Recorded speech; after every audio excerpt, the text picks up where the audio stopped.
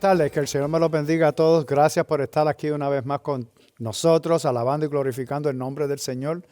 Hoy verdaderamente es un día especial porque estamos respirando y pues esperamos que se hayan disfrutado esta semana pasada. Ah, Mañana entraremos a la tercera semana de oración y ayuno. Y si no has estado ayunando, orando y ayunando con nosotros, pues te puedes unir en cualquier momento. Es una oportunidad de nosotros poder acercarnos al Señor grandemente. Y si ya tú lo estás, espero que te hayas gozado y que estés disfrutando de la presencia del Señor cada día. Sí, que cuando tú pases su tiempo, tu tiempito con Él en oración y ayuno, pero también en la lectura, en meditar en la palabra, te estés gozando con Él.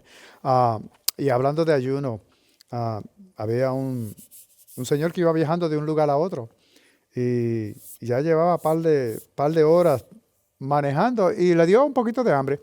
Y entonces encontró un diner, como nosotros decimos, un lugar donde comer y entró, se sentó, pidió su almuerzo. Y mientras estaba esperando, pues vio que había una pareja casi cerquita de donde él estaba. Y ya eran entrados en edad. Y él tenía, ya había ordenado un combo, como nosotros decimos, el hamburger, las papas y la soda. Y me di cuenta que verdaderamente ese hombre que estaba viajando era yo.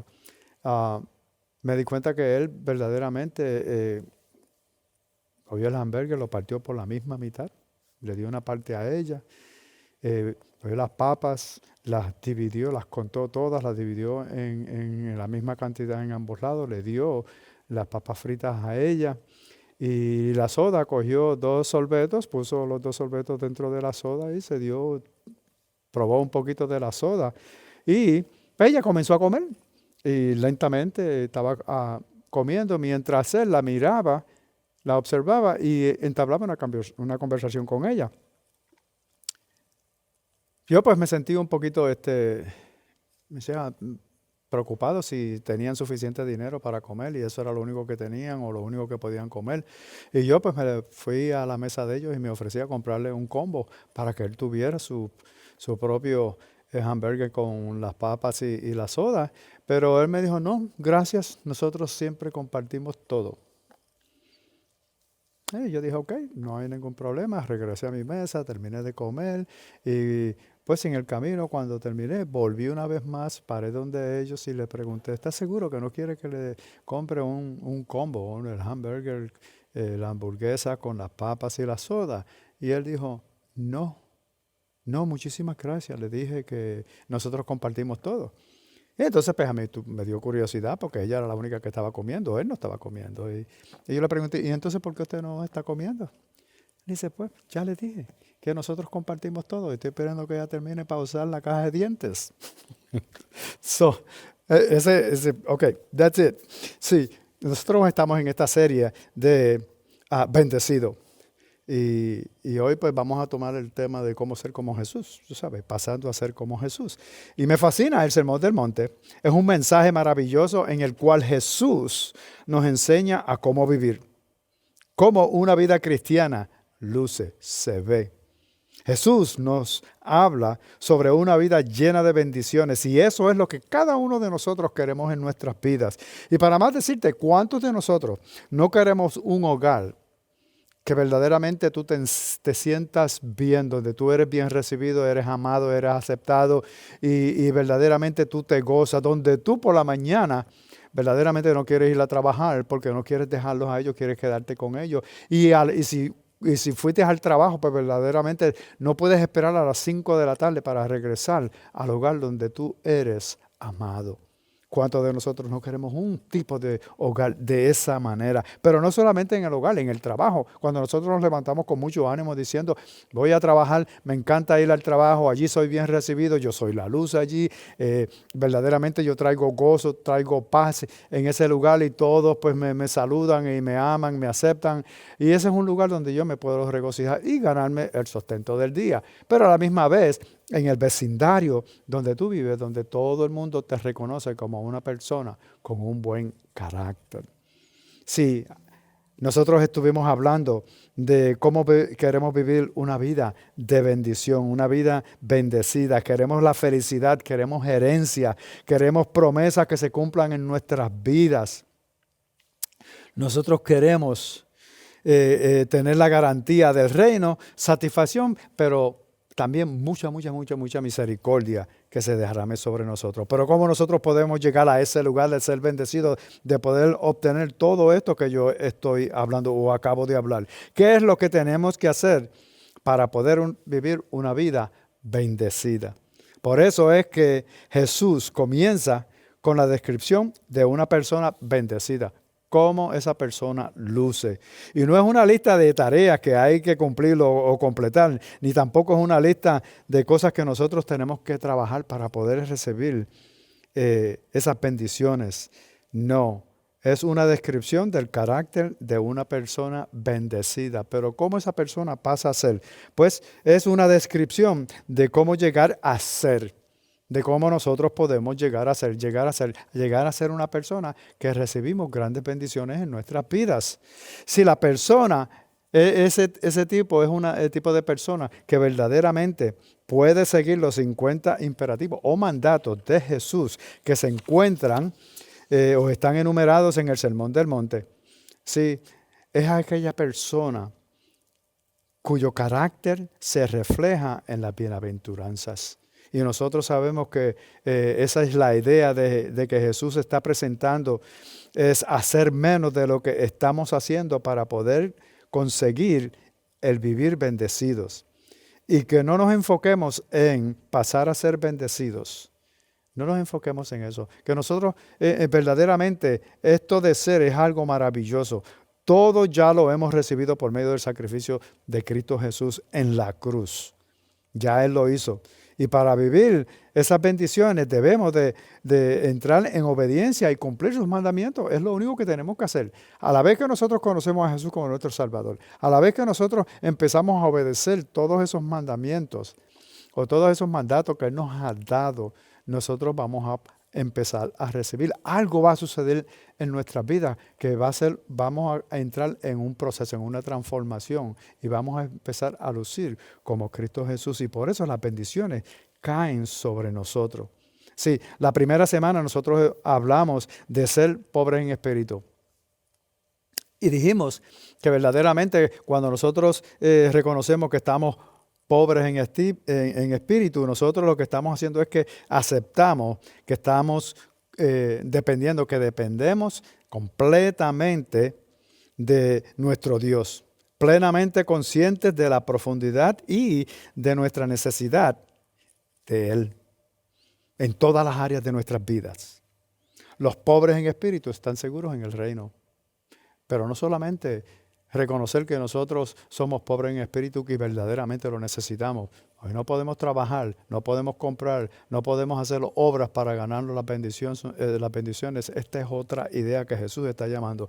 También nosotros hablamos en esta primera semana sobre experimentar el consuelo de Dios mientras nosotros lloramos, mientras nosotros estamos en sufrimiento, mientras nosotros estamos pasando por dolor, mientras nosotros hemos experimentado pérdidas y mientras nosotros confesamos los pecados que hemos hecho en el pasado, que no han sido confesados, que los hemos escondido y que los hemos puesto bien profundo para no acordarnos de ellos, pero ellos vienen a la luz. Y a la vez que nosotros nos acordamos de ellos y experimentamos las consecuencias por causa de esos pecados pasados, nosotros pues tenemos que irnos a la cruz, a la luz de la cruz, y arrodillarnos allí y entregárselos completamente al Señor.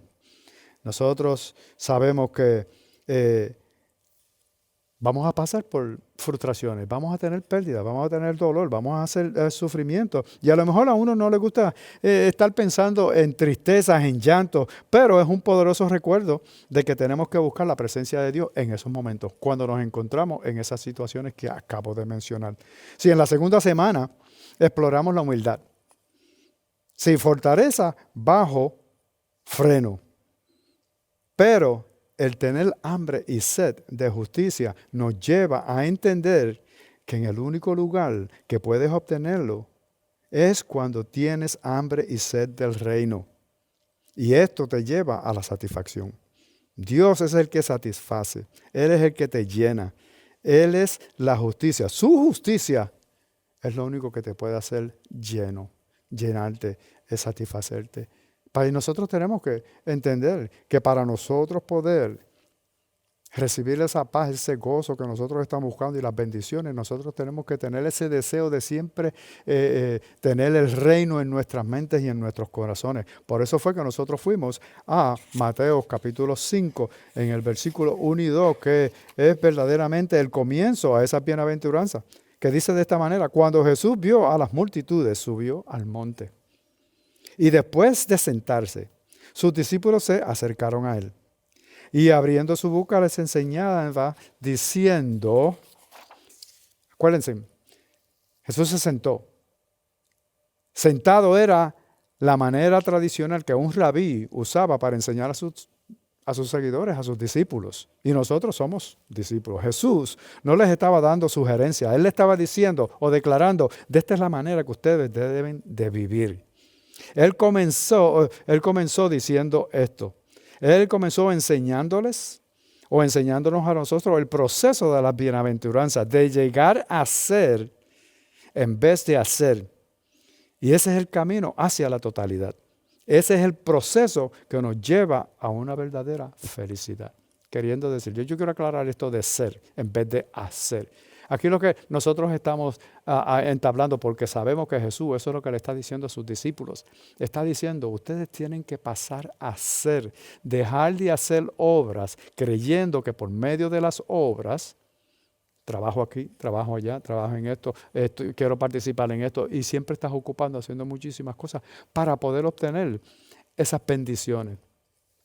Pero eso no es lo que Jesús está hablando en la bienaventuranza. Jesús lo que está diciendo es: si tú quieres ser una persona bendecida, pasa a ser una persona bendecida por medio de acercarte, por medio de buscarme, por medio de las oraciones, por medio de la lectura, por medio de meditación, por medio de obedecer cada uno de esos mandatos o los preceptos que el Señor expone en estas bienaventuranzas.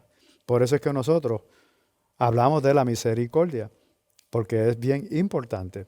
Si este es el proceso de que nos lleva a esa felicidad cuando no tenemos nada que nos pare o que sea una barrera en nuestro caminar con el Señor. Si leemos ahora en el capítulo 5 de Mateo, el versículo 7, que es una de las aventuranzas que vamos a hablar hoy, que dice: bienaventurados los misericordiosos, pues ellos recibirán misericordia. Bienaventurados los misericordiosos, pues ellos recibirán misericordia. Sí, la misericordia no es siempre el más popular de los rasgos de un carácter cristiano. Y para más decirte, si hacemos una lista de todas las cualidades de los caracteres mencionados en las bienaventuranzas, la misericordia no te va a atraer, no va a atraer tu atención o va a atraer tu vista.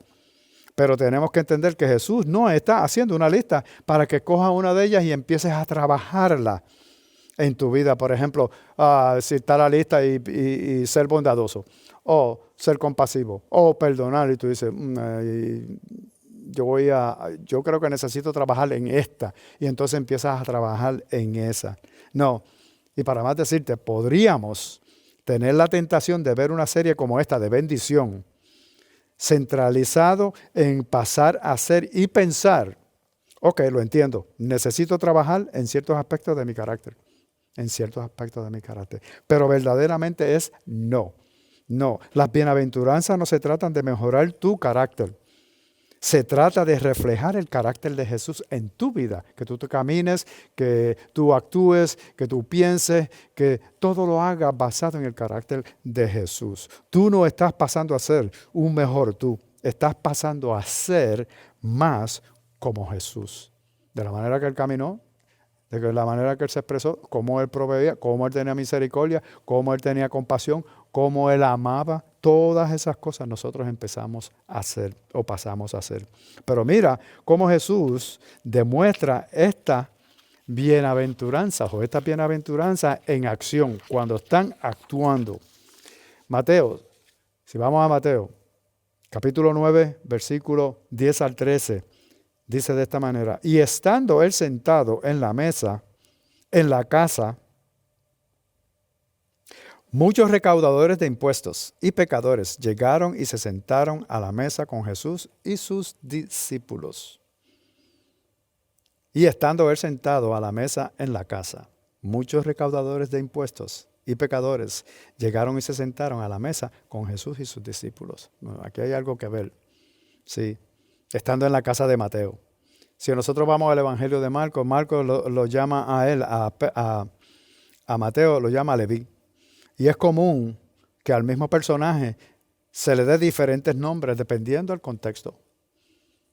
Pero aquí hay griego, puede haber un nombre griego y puede haber un nombre hebreo. O acuérdense que tenemos ejemplos como Saulo, pasó a ser Pablo. Y muchísimas otras personas en la Biblia que cambian, se les dan uno o dos nombres. Mateo era un recaudador de impuestos. Los recaudadores de impuestos en ese tiempo eran personajes repugnantes, pues trabajaban para los romanos. Eran pecadores y lucían su pecado mientras los demás estaban tratando lo más posible de vivir una vida santa, por lo menos en la parte de afuera, en lo exterior. Piensa en el pecado más popular en esta sociedad que tú encuentras como lo más repugnante que está sucediendo hoy día, en el cual tú tienes una esperanza y tú oras y tú pides, Señor, a esas personas que están haciendo eso, se comportan de esa manera, por favor, cámbialos. Permítele que te conozcan a ti. Y tú tienes una esperanza que esas personas vengan y conozcan a Jesús como su Salvador. Pero si no lo conocen, no te molesta que ellos vayan al infierno. Ellos se lo merecen. Ellos escogieron, ellos hicieron esto. Pero sin embargo Jesús nos llama a misericordia. Y estas son las personas de las cuales estamos hablando en este momento. Todos esos recaudadores de impuestos, todos los pecadores que estaban sentados a la mesa de Jesús y sus discípulos. Estos son esas personas que son repugnantes, que son, las rechazan, las odian. Mas sin embargo, el Señor tiene otra idea, otro modo de hacer. Mira lo que dice el versículo 11, dice: cuando los fariseos vieron esto, dijeron a sus discípulos: ¿por qué come su maestro con los recaudadores de impuestos y pecadores? Al oír Jesús esto, dijo: los que están sanos no tienen necesidad de médico, sino los que están enfermos. Aquí vemos que la misión completa de Jesús era para aquellos que totalmente se encontraban perdidos sin Él. Y por supuesto, esos éramos tú y yo y todas las demás personas. No solamente ellos, toda persona, incluyendo aquellos fariseos. Okay. Pero si esto lo conectamos con la primera semana, solo los pobres en espíritu pueden reconocer que ellos necesitan un doctor, que ellos necesitan a Jesús en su vida, que ellos necesitan misericordia, que ellos necesitan esa gracia que solamente el Señor puede dar. Si los orgullosos creen que están bien, o no, nosotros estamos bien, mira cómo nosotros vestimos, nosotros sabemos toda la ley, nosotros hacemos esto, nosotros hacemos lo otro, nosotros ayunamos, nosotros hacían todas esas cosas. Si ellos eran orgullosos y creían que estaban bien. Y estos son los que tienen la enfermedad más fatal. Estos son los que verdaderamente están. Por eso no en balde el Señor siempre estaba repudiándolos y les decía muchísimas cosas, los llamaba muchísimos nombres. Y observemos cómo todas estas bienaventuranzas trabajan juntas. Hablamos de pobres en espíritu, llorando nuestros pecados, ser mansos, hambre de Jesús, lo cual me prepara para ser misericordioso. Lo único que yo puedo hacer es ofrecer misericordia, habiendo recibido esa misericordia. Cuando yo me encuentro, yo reconozco que nací en pecado, he añadido pecado, he juzgado, he hecho muchísimas cosas. Cuando yo he llorado por mis propios pecados porque los he cometido y he reconocido que verdaderamente las consecuencias que estoy sufriendo son causa de lo que he hecho anteriormente, de esos pecados.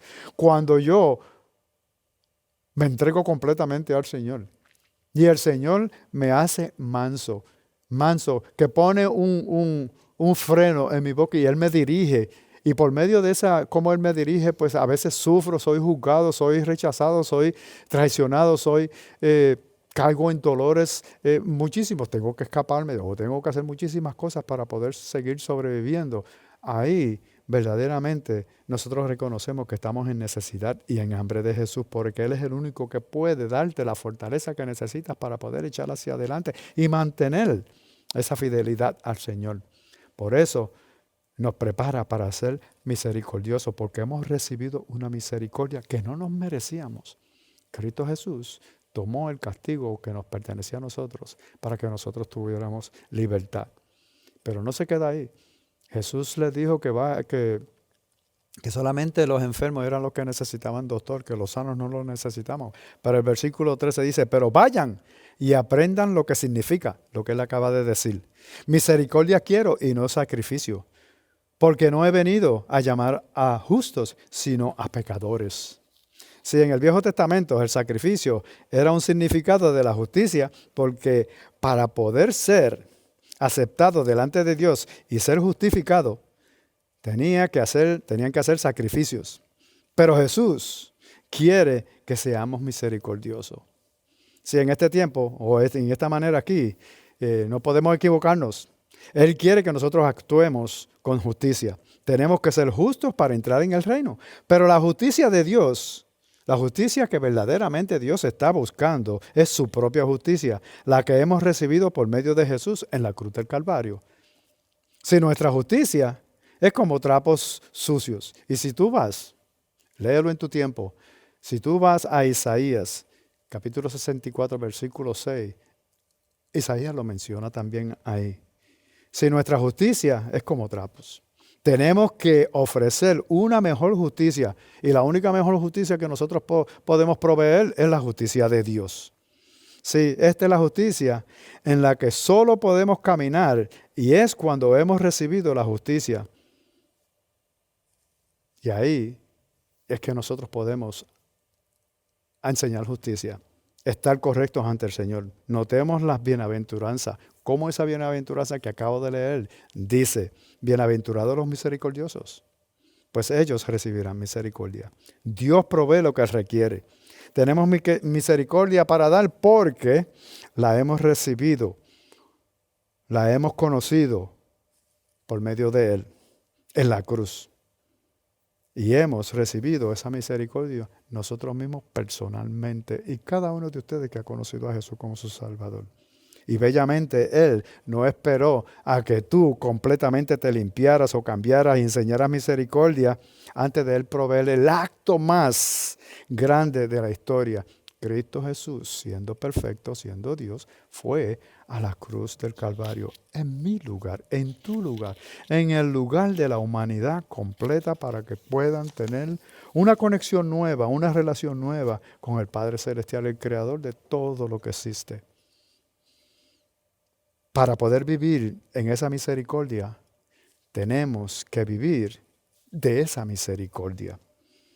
Mateo 5:8 dice, bienaventurados los de limpio corazón, pues ellos verán a Dios. Tenemos que ser puros, limpios, ritualmente puros, libres. El corazón es el centro de todas las actividades espirituales. Tu persona, esa es tu persona interior, el núcleo de cada persona. Ahora, esto se pone bien interesante porque Jesús les está hablando a personas que están bien familiarizadas con la pureza y las limpiezas rituales. Ellos hacían sacrificios por todo. Miré a aquella persona de mala manera, tengo que hacer un sacrificio. Y si levantaban la voz o hacían algo incorrecto o pecaban o cualquier cosa que sea, ellos tienen que hacer un sacrificio para poder encontrar la justicia. Pero Jesús verdaderamente pasó por alto todas estas leyes establecidas y la teología construida sobre ellas. Jesús las pasó en alto y se fue directamente al corazón. Porque la gente se enfoca en las cosas de afuera. Pero Jesús dijo, yo quiero tu interior limpio. No es suficiente el mirarse limpio en la superficie. Debes de hacer las acciones correctas por fuera. Pero Jesús sabe que todo comienza en el interior. Pensamientos, corazón, y entonces viene la acción. Nosotros tenemos que saber que por fuera puedes estar limpio, pero si adentro no estás bien, las obras no van a ser buenas. Si estamos puros internamente, el exterior finalmente actuará igualmente como lo exterior. Si estamos podridos en nuestro interior, no importa lo fuerte que tú trabajes o que trates, te vas a derrumbar, vas a caer. Esa bienaventuranza termina de esta manera. Ellos verán a Dios. Verdaderamente yo quiero verlo, no solamente por un día, por un tiempo, por un año, un par de meses. No, yo quiero verlo por una eternidad. Yo quiero verlo en mi vida, donde no me vean a mí, sino vean a Cristo Jesús en mi vida. Yo quiero verlo en mis hijos, donde cada uno de ellos refleja lo mismo que Jesús. No es lo mismo que yo, no es lo mismo que la madre, no es lo mismo que el pastor, no. Nosotros queremos que nuestros hijos también reflejen la presencia de Dios en su vida, que ellos sean obedientes a los mandamientos, a los preceptos, a todo. Yo quiero verlo en mi matrimonio. Acuérdense que hablé de cómo un hogar se supone que uno lo anhela, que sea de esa manera donde tú eres aceptado, donde tú eres recibido, donde tú eres amado. Que no quieres salir de ahí, pero también si estás en el trabajo, estás loco por regresar al hogar donde tú te encuentras bien satisfecho. Y en el trabajo, donde nosotros podemos dar palabras de aliento a aquellos que están sufriendo por causa que todavía no han conocido al Señor como su Salvador. Vamos a leer uno de los salmos. Uno de los salmos, porque es maravilloso que nosotros veamos esto de una manera que nos va a ayudar. Va a hacer que nosotros podamos echar hacia adelante en una manera especial y vamos a ser imitadores de nuestro Señor. Mira lo que dice Salmo 24, versículo 3 al 6. Dice, ¿quién subirá al monte del Señor? ¿Y quién podrá estar en su lugar santo? ¿Quién puede?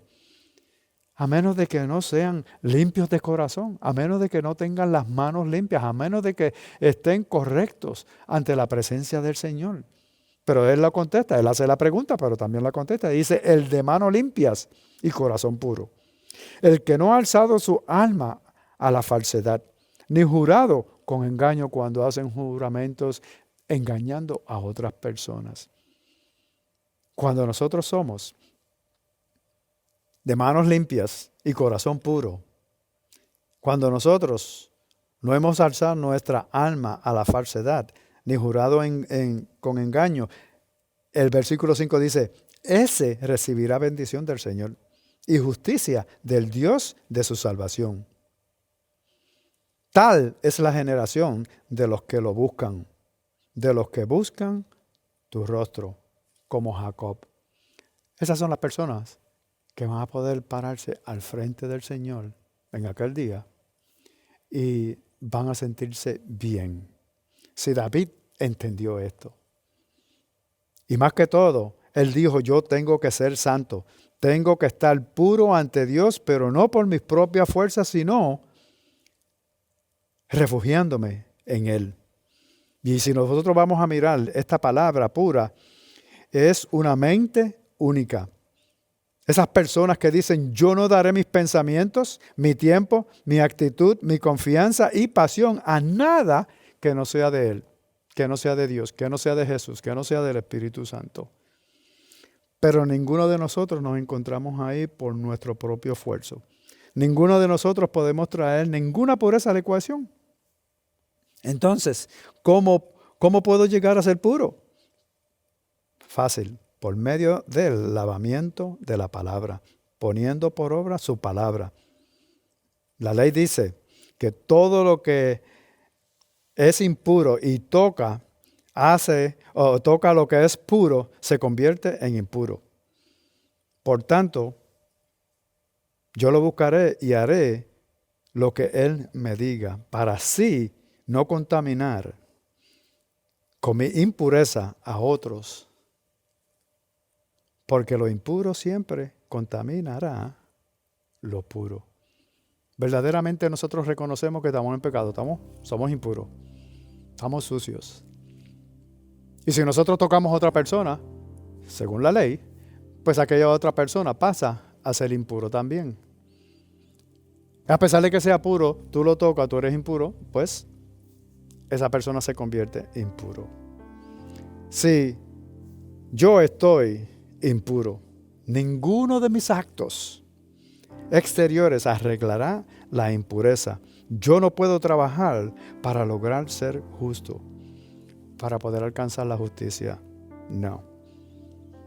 Mateo 8, capítulo 8, versículo 1 al 3 dice: cuando Jesús bajó del monte, este era el mismo monte donde él había acabado de predicar las bienaventuranzas, o el sermón del monte. Cuando Jesús bajó del monte, grandes multitudes lo seguían. Y se acercó un leproso y se postró ante él, diciendo: Señor, si quieres, puedes limpiarme. Esto es un no, porque sabemos que la pureza es esencial, es necesaria. El leproso se supone que esté gritando en voz alta: impuro, impuro. ¿Por qué iba a estar diciendo impuro? Porque él tenía que darle la oportunidad a todos los que estaban alrededor de él que se escaparan de ser contaminados por ese leproso. Pero yo no sé cómo él recibió el mensaje de que Jesús estaba cerca. Y yo no sé cómo él recibió la información de que Jesús salvaba, de que Jesús sanaba, de que Jesús restauraba, de que Jesús levantaba de entre los muertos. Pero yo lo único que sé fue que él, cuando se enteró que Jesús estaba cerca, él vino a donde él. Y yo sé que él tenía en su corazón una esperanza. Si yo por lo menos me presento al frente de Jesús, él me puede sanar. Y esa es la esperanza que muchos de nosotros tenemos o hemos tenido. Nosotros hemos venido a los caminos del Señor porque nosotros tuvimos la esperanza de que Él es capaz de perdonar nuestros pecados y que transformar nuestra vida. Él recibió esa esperanza, extendió, pero mira lo que sucede en el versículo 3. Si quieres, puedes limpiarme. Extendiendo Jesús la mano, lo tocó. Pero espérate un momentito. Jesús no puede hacer esto. Él pasaría a ser impuro si lo tocaba. Sabemos que el impuro siempre contamina al que está puro. Pero ¿sabes qué? Una de las cosas que nosotros tenemos que aprender y aceptar es que el impuro es impuro hasta que Jesús lo toca. Cuando Jesús te toca esa impureza de ti y tú te arrepientes, pasas a ser puro. Jesús es el único lugar donde el puro se transforma, donde el impuro se transforma a ser puro. Jesús es el único lugar donde el puro transforma al impuro. Jesús es puro. Nosotros somos impuros. Él nos toca a nosotros y nos quita esa impureza. Tú no te limpias, tú no pasas a ser puro y después vienes a Jesús. No. Él te acepta así como tú estás. Ven a Jesús y Él te hará limpio, puro. Cuando la impureza aparezca en tu mente y en tu corazón, no permitas que te pare a correr hacia Jesús. Él es el único que puede convertirte en puro. Él es el único. Reconoce. Tenemos que reconocer que somos impuros. So, yo te pido que ahora ores conmigo. Gracias, Padre, Señor, en el nombre de Jesús. Ayúdanos a reconocer nuestra impureza y venir a Cristo Jesús corriendo a la luz de su salvación. Pido, Padre, en el nombre de Jesús, que tú nos acompañes y vayas transformando nuestras vidas. Gracias, Señor, por la misericordia. Gracias, Señor, por tu amor. Gracias por la obra en la cruz del Calvario. Perdónanos, Señor, en el nombre de Jesús. Amén. Si tú nunca has hecho una oración de aceptar a Jesús como tu Salvador, yo te pido que repitas conmigo esta oración. Gracias, Jesús, por haber ido a la cruz del Calvario en mi lugar. He pecado, lo siento, me arrepiento. Perdóname y ayúdame a vivir de acuerdo a tu voluntad, bajo esa misericordia. En el nombre de Jesús. Amén. Si hiciste esa oración conmigo por primera vez, envía el texto Jesús al número que aparece en la pantalla. Que el Señor me los bendiga a todos. Nos vemos la próxima semana con otra lección para que nosotros podamos ser transformados y lucir o ser como Cristo Jesús. Que el Señor los bendiga. Gracias.